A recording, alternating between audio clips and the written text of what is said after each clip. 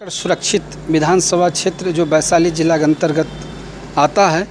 2020 के चुनाव में महागठबंधन के प्रत्याशी के तौर पे यहाँ पे कांग्रेस की प्रतिभा देवी यहाँ से चुनाव जीती थी और इस बार चुनावी सफ़र है। एनडीए के अंतर्गत जेडीयू और एलजेपीआर के बीच में द्वंद्व चल रहा है कि आखिर किस गठबंधन के तहत किस पार्टी के लोगों को यहाँ से सिंबल दिया जाए। तो ये विचार है और ये विचार पार्टी के बड़े नेता करेंगे। लेकिन ग्राउंड की जो रिपोर्टिंग है, ग्राउंड की रिपोर्टिंग में मैं इस समय राजापाकर विधानसभा के अंतर्गत ग्रामीण परिवेश में हूँ और मेरे साथ संजय चौधरी जी हैं जो लोजपा आर से जुड़े हैं, प्रत्याशी के तौर पे चुनावी दंगल में कैंपेनिंग भी कर रहे हैं, मतदाताओं के बीच में अपनी बातों को रख रहे हैं, एनडीए गठबंधन की बातों को रख रहे हैं, नीतीश सरकार मोदी सरकार की जो उपलब्धियां हैं उन बातों को जनता के बीच में रख रहे हैं। और बहुत ही कम समय बचा है चुनाव आचार संहिता लगना और चुनाव आचार संहिता लगने के बाद चुनावी दंगल और बिंगुल फूंकना, इसमें अब समय नहीं रह गया है। 1 महीने के अंदर सारी की सारी स्क्रिप्ट लिखी गई है और चुनाव भी करा लिया जाएगा। संजय जी, आप सुदर्शन से बात कर रहे हैं, अपने कैंपेनिंग ट्रेट में आप अपने क्षेत्र में ही हैं, मैं आपको धन्यवाद देता हूं।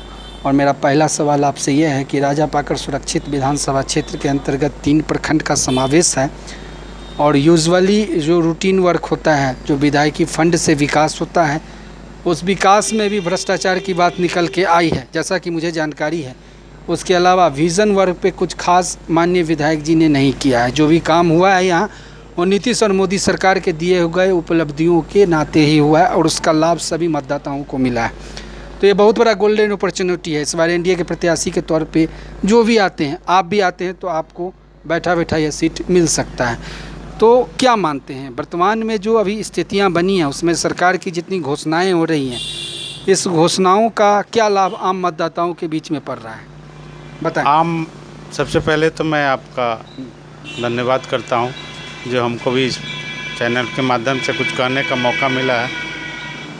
और रह गई हमें जो आम जनता मतदाताओं का, जो डायरेक्ट वे में पहले जो आती थी, जो पहले जो सरकार थी उसको 100% चलने के बाद भी यहाँ तक के लोगों के पास 20% पहुँचती थी। आज के डेट में 100% में 100%, और जितना लोगों से वादा किया जाता है उतना उनके घर तक के, उनके बैंकों के खाते तक के वहाँ पहुँच जाती है 100%। ये मुख्य तौर से आम जनता की फ़ायदा है और सरकार से जुड़ने का भी एक बहुत बड़ा जरिया हो गया।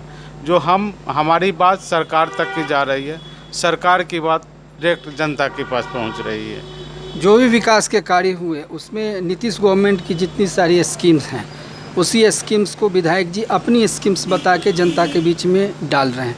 लेकिन ज़मीनी हकीकत कुछ ऐसा है कि सरकार सभी विधायकों को जितनी योजनाएं दी हैं, विधायकी फंड दी हैं, उसके अलावा एक विज़न वर्क होता है किसी भी विधानसभा में विधायक को करने की इच्छा, कुछ स्पेशल एजुकेशन पे, हेल्थ पे या कुछ पर्यटन के धार्मिक दृष्टिकोण से। लेकिन इसमें वर्तमान विधायिका के माध्यम से कुछ खास पहल नहीं है, ये ज़मीनी सच्चाई।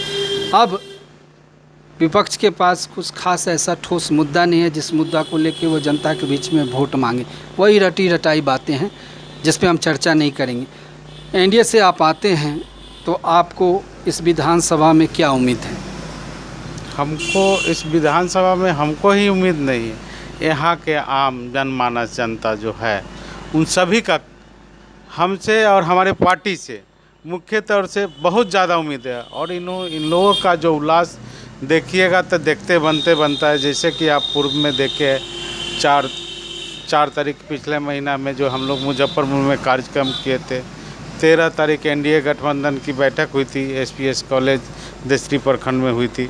तो उसमें जो उल्लास जो दिखा ना, हमको भी लगा कि भाई हम क्या करूं मैं इन लोगों के लिए, जो हमको खुद इतना ज़्यादा फीलिंग हो रहा था कि हम माननीय मंत्री जी हमारे जो है श्री चिराग पासवान जी के वहाँ तक मैं संदेश पहुँचाने का इन लोगों के काम मैं किया हूँ।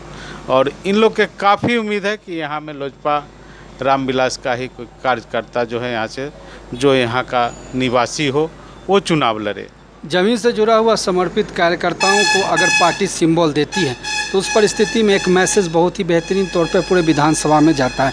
हाजीपुर सुरक्षित पार्लियामेंट सीट से माननीय सांसद, माननीय केंद्रीय मंत्री चिराग पासवान जी आपके राष्ट्रीय अध्यक्ष हैं और ये राजापाकर उसी संसदीय सीट का एक अमुक विधानसभा भी है, ऐसा सबको पता है। और उस विधानसभा में एलजेपी आर के, वो पुराने वाले एलजेपी लोक जनशक्ति पार्टी, सरदेव रामविलास पासवान जी की लोक जनशक्ति पार्टी के कार्यकर्ताओं पे पार्टी अगर दाव लगाती है, उनको आशीर्वाद स्वरूप चुनावी दंगल में भेजती है, तो चारों तरफ जय जय हो जाएगा और पार्टी के साथ साथ एनडीए गठबंधन का भी एक सीट कंफर्म मान के चला जा सकता है। इस परिस्थिति में संजय चौधरी जी आपका नाम निकल के आया है। आपने अपनी सारी जानकारी पार्टी के बड़े नेता को भी दिया है, जनता का भी आशीर्वाद है, पक्ष और विपक्ष महागठबंधन है, दोनों के जो त्रिस्तरीय के साथ साथ आम जनता आपको चाह रहे हैं। लिखित और मौखिक उनकी सारी प्रूफ मेरे पास और आपके पास है। अब तय करना है पार्टी नेतृत्व को कि वो क्या स्टेप लेते हैं। जेडीयू से पिछली बार यहाँ से महेंद्र राम जी चुनाव लड़े थे, चुनाव हार गए और स्थिति ऐसी है कि एंटी कॉमेंसी उनके साथ भी जुड़ गया है वर्तमान विधायक के साथ साथ। तो इस परिस्थिति में यहाँ फ्लेवर बदलने की बात हो रही है, नए चेहरे देने की बात हो रही है और एट एनी हाउ राजापाकर सुरक्षित विधानसभा सीट लोक जनशक्ति पार्टी रामविलास पासवान अपने पक्ष में लेने की कोशिश कर रही है। कितना बड़ा सवाल है और इस सवाल को आप भी समझ रहे हैं। उस परिस्थिति में पार्टी को समर्पित कार्यकर्ताओं पे क्या सोचना चाहिए, आप जैसे कार्यकर्ताओं पे क्या सोचना चाहिए, मेरा आखिरी सवाल है। जी, मैं तो निवेदन कर सकता हूँ माननीय राष्ट्रीय अध्यक्ष श्री चिराग पासवान जी से, हमारे मार्फत आपके इस चैनल के माध्यम से जो यहाँ में हमें जो पार्टी के प्रति कार्यकर्ता के छोड़कर जनता भी इतने उत्सुक है कि हमारे पार्टी को ही इस विधानसभा का जो है 127 राजापाकर को जो है मिलना चाहिए, सबसे पहला नंबर। और दूसरा में लोगों ने हमको पसंद किए हैं, लोगों ने लिखित 100 की संख्या में लगभग जो है मुझे लिखित तौर पे मुझे मिला है और मौखिक हज़ारों की संख्या में मुझे मिली है। और उन लोग भी कहे हैं कि अगर ज़रूरत पड़े तो हम लोग एक साथ मिल कर के हज़ारों की संख्या में दिल्ली चलना होगा तो दिल्ली चलेंगे और पटना से काम चल जाएंगे तो यहीं में, अगर वहाँ 1000 जाते तो यहाँ 10,000 लोग जाएंगे। और चाहते हैं भी है कि अगर चाहे तो यहाँ में एक प्रोग्राम करके हमारे माध्यम से माननीय राष्ट्रीय अध्यक्ष जी को एक प्रोग्राम भी चाहे तो यहाँ के जनता लोग भी पसंद कर रही है, वो भी आए और एक प्रोग्राम भी दे दे वो अपना। बहुत चलिए एक सवाल करेंगे, महत्वपूर्ण सवाल है कि आपके पूरे विधानसभा में भ्रष्टाचार की बहुत सारी शिकायतें आ रही हैं अन्य विधानसभाओं की तुलना में। उसके अलावा विज़न वर्क पे कुछ खास काम नहीं हुआ, एजुकेशन का सेक्टर हो, हेल्थ का सेक्टर हो या फिर अन्य कोई और विज़न के साथ इंफ्रास्ट्रक्चर डेवलपमेंट की बात हो, इस पर माननीय विधायक जी कुछ खास दिखी नहीं और क्षेत्र भ्रमण अब करना वो शुरू की है, 5 साल में इक्का दुक्का आती थी। तो ये जो शिकायतें हैं, इस शिकायतों का पूरा इस बार जनता जवाब देने जा रही है।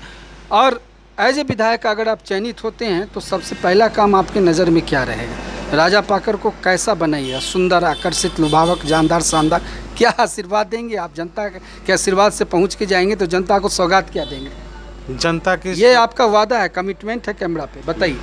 बिल्कुल सर, मैं जनता के मैं इन सबसे पहले नंबर जो है, यहाँ तो सारे लोग बहुत सारे बात किए कि हम ये देंगे हम वो देंगे, मैं वो नहीं कहता हूँ। जनता को क्या चाहिए, मैं घर घर जा कर के, मेरे आदमी लोग जाएंगे, मैं भी जा कर के जहाँ तक संभव हो वहाँ तक जा कर के उन लोगों के बीच में क्या समस्या है मुख्य वो लेंगे और उनसे उनको क्या चाहिए वो ना हमको देना होगा। हम जो देंगे तो वो एक तो दान हो गया, डेली डेवलपमेंट, डेली विजन वाला तो वो तो मेरा पार्टी का जो विजन है बिहार फर्स्ट, बिहारी फर्स्ट का जो है वो तो है ही है, लेकिन हम देने नहीं जा रहे। हम उन लोग से समझ करके बूझ करके कि भैया हमको ये आवश्यकता है और यहाँ में ये चीज़ होना चाहिए, जिससे भी अभी काम जिस समस्या की दरकार है उसका सॉर्ट आउट समाधान आप करेंगे। बिल्कुल और आप उपलब्ध रहेंगे, बिल्कुल उपलब्ध रहेंगे। मैं क्योंकि यहाँ के वासी हूँ, यहाँ का मिट्टी, इसी मिट्टी के आप बेटा है, नेता नहीं है, बेटा है। बिल्कुल है, तो हम यहाँ में जन्मे हैं तो हमको कोई भी शर्त में यहीं रहना होगा ना।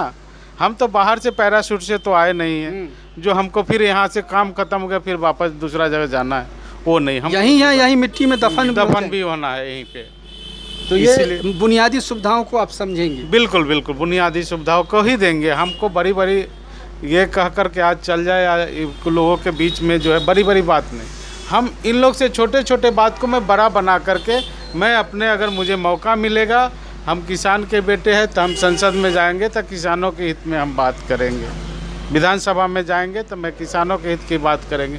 अगर कोई अन्य चीज़ में जहाँ भी मुझे मौका मिलेगा, हमारे समाज के, हमारे घर के लोगों के, ये मैं इनको घर मानता हूँ, विधानसभा नहीं मानता, मैं घर मानता हूँ। ये घर के लोगों के किसी भी समस्या की ज़रूरत होता है, घर के मुखिया जो होते हैं वो तन मन धन दल बल के साथ में वहाँ में उपस्थिति होते हैं। चलिए, समर्पित वर्करों को अगर पार्टी सिंबल देती है किसी भी गठबंधन और किसी भी राजनीतिक दल के माध्यम से, तो उसका फ्लेवर बहुत ही महत्वपूर्ण रहता है और उसका असर आसपास के विधानसभाओं में भी पड़ता है। संजय चौधरी ऐसे ही लोक जनशक्ति पार्टी रामविलास के समर्पित वर्कर हैं और इस बार इन पे दाव लगाती है पार्टी, तो यहाँ पे 30,000 40,000 के मार्जिन से सीट निकलने की संभावनाएँ व्यक्त की जा रही है। अब ये पार्टी को सोचना होगा, तय करना होगा कि उन्हें करना क्या है।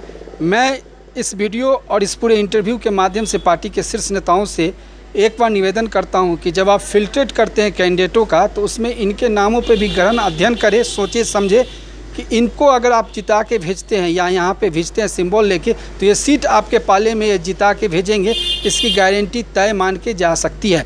दोनों सहयोगियों के साथ परवीन कुमार, सुदर्शन न्यूज़, राजापाकर, वैशाली।